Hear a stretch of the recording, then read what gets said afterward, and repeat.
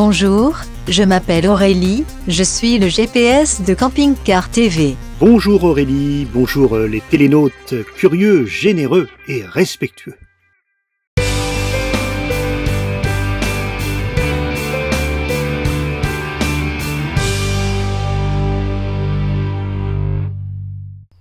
Nous nous étions quittés, la semaine dernière, alors que nous nous trouvions dans le parc régional de la Brenne. Vous avez été nombreux à apprécier ce numéro 53, merci, ça fait plaisir. Et vous m'avez aussi demandé où dormir. Alors la maison du parc est pas tout à fait adaptée pour la nuit, par contre vous avez à 20 km à peine, tout ça est sur un petit territoire, cette aire de service tout à fait agréable dans le petit village de Martizé. Nous y avons passé la nuit. Oui, car le lendemain, dans ce petit village de France, il y avait un marché, il y avait même une fête, la fête des oiseaux, mais en raison de la grippe aviaire, eh bien, pas beaucoup d'oiseaux à vous montrer. En revanche, il y avait du monde à la buvette, et il y avait même une buvette qui se trouvait en face du centre de secours, ce qui est prudent. Et ma foi, l'ambiance était chaleureuse, avec des animaux, c'était assez viril. Très viril. Aurélie, retournons plutôt à la buvette. Nous avons aussi croisé Michel, l'ébéniste qui a construit une 2 chevaux en bois. C'était amusant de le recroiser par hasard et c'est l'occasion de vous dire que tous les reportages sont bien entendu cartographiés dans l'application gratuite Camping Car TV que vous devez toujours avoir sur vous quand vous prenez la route.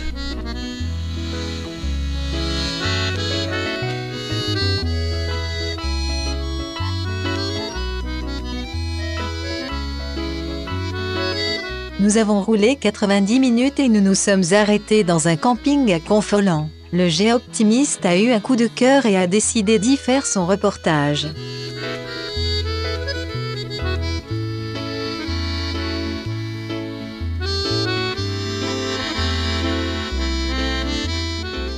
Bonjour Benjamin Ball. Bonjour géoptimiste. Je suis content d'être chez vous, ici au camping Les Ribières de Confolens. Et vous êtes un gars du Nord, vous? Exactement, on vient du Nord. Je suis déjà content de t'accueillir aussi. Hein. On vient du Nord en fait. Ouais, on avait un camping il y a quelques années dans le nord de la France, à côté de Gravelines. Près de Dunkerque. Voilà, exactement. Hein, c'est très connu pour le carnaval. Un ch'ti. Exactement, un chetemi comme ils disent par ici. Oui. On a décidé de changer de région tout simplement à cause du vent et la proximité avec la mer. Trop de tourisme de masse et on préfère le tourisme de qualité maintenant. Et on est bien ici avec le verre et tout ça. Donc avec Dorothée, ta femme. Voilà, ma femme, ouais. Et donc vous avez c'est un petit camping?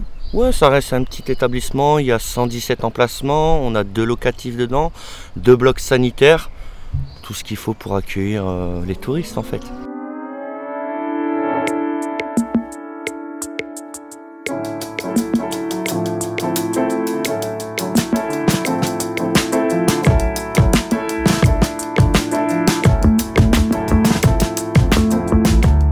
Et alors il y a quelques jours, il y a un Allemand qui est venu avec un drone. Oui, c'est ça, oui, pour faire... Mais en fait, à la base, il est venu visiter, hein, il découvrait la région, il a bien aimé le camping et il nous a fait quelques vidéos du site en drone. Ça rend très bien d'ailleurs.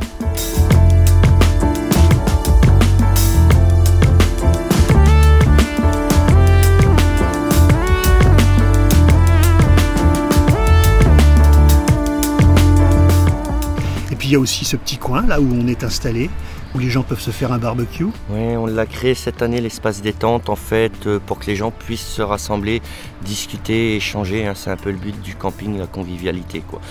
Il va même y avoir des livres, hein, je crois. Oui, on est en train de voir pour faire une maison du livre, en fait, avec des chaises longues, tout ça, pour les gens rester et avoir la vue de la rivière. Et alors, on est au bord de la Vienne? Exactement, on est au bord de la Vienne, on a l'accès direct à la rivière pour le canoë, la pêche. Ça reste une rivière pas dangereuse, hein. Il n'y a pas vraiment de fond. On passe l'été si on veut à pied, on a pied. Quoi. Donc les canoës sont en libre service? Exactement, oui, on les prête, on demande juste de venir chercher les gilets en fait pour la sécurité.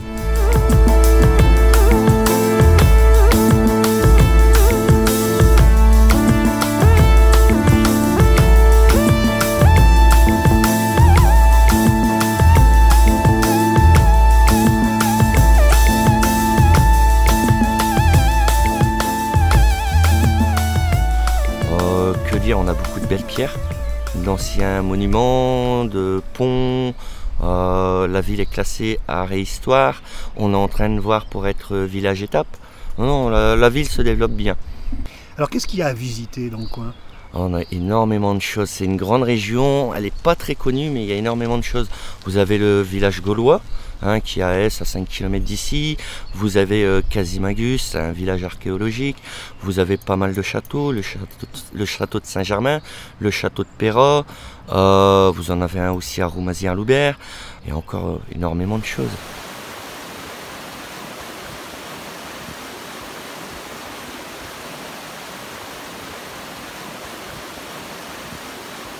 C'est quoi la vie d'un gérant de camping? Je ne vais pas dire que je suis en vacances tous les jours. Il y a beaucoup de choses à faire en saison et hors saison.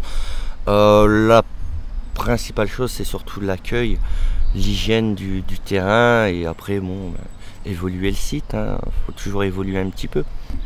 Merci Benjamin, à bientôt. Merci à toi, Géoptimiste, Ciao. quand tu veux.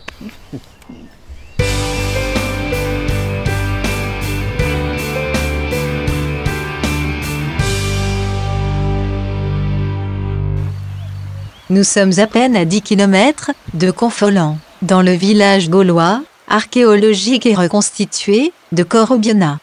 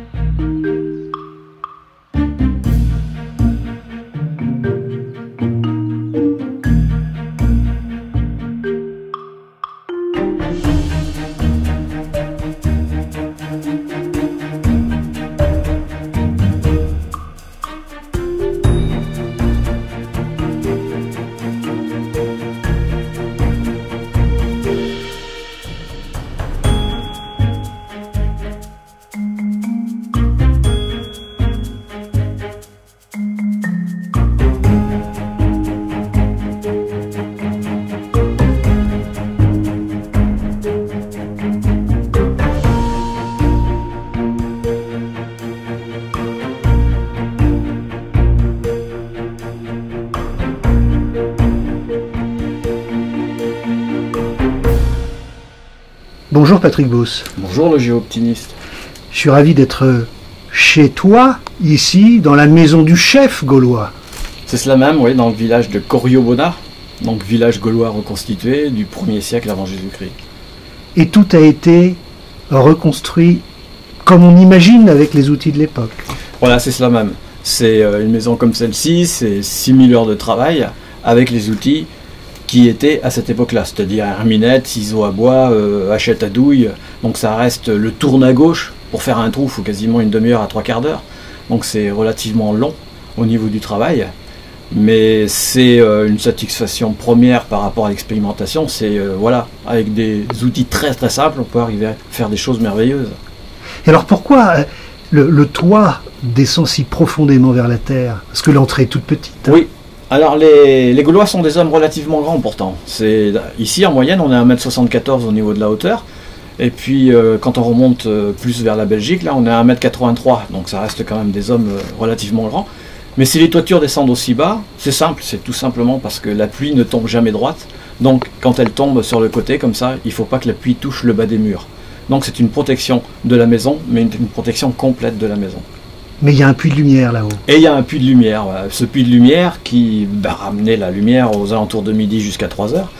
De toute façon, les maisons gauloises ne sont pas faites pour y faire des fêtes. Les maisons gauloises sont faites pour se mettre à l'abri. Donc du temps en règle générale, aussi bien du soleil que de la pluie, que du froid et que du gel.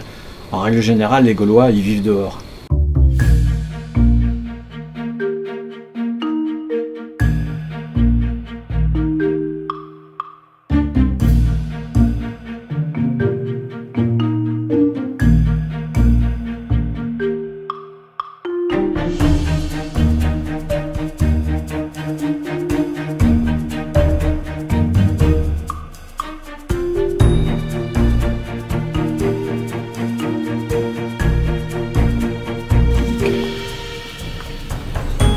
Donc nous sommes ici à l'atelier de poterie.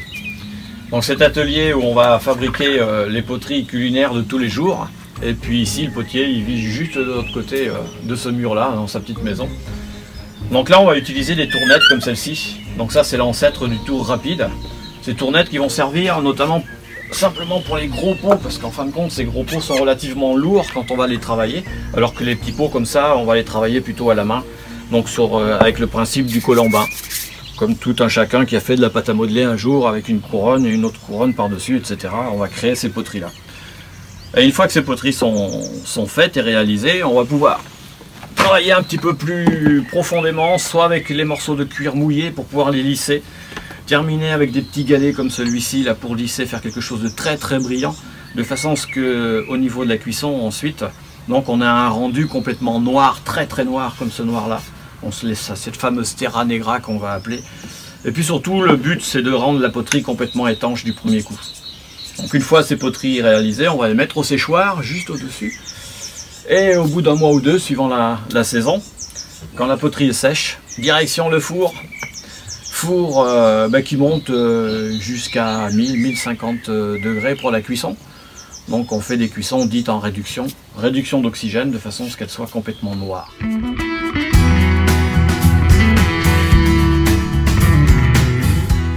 Alors bien sûr, une cervoise s'impose après une telle visite. Eh bien vous vous rendrez, voyageurs, dans le petit village d'Ess juste à côté, où il existe une brasserie très sympathique et qui ne vous donnera de la bière que sur place. Vous ne la trouverez nulle part ailleurs. Elle n'est en vente que là, dans le petit village d'Ess. Elle est donc produite sur place et les gens des environs viennent chercher leurs bouteilles. Il y a une aire de stationnement à 200 mètres.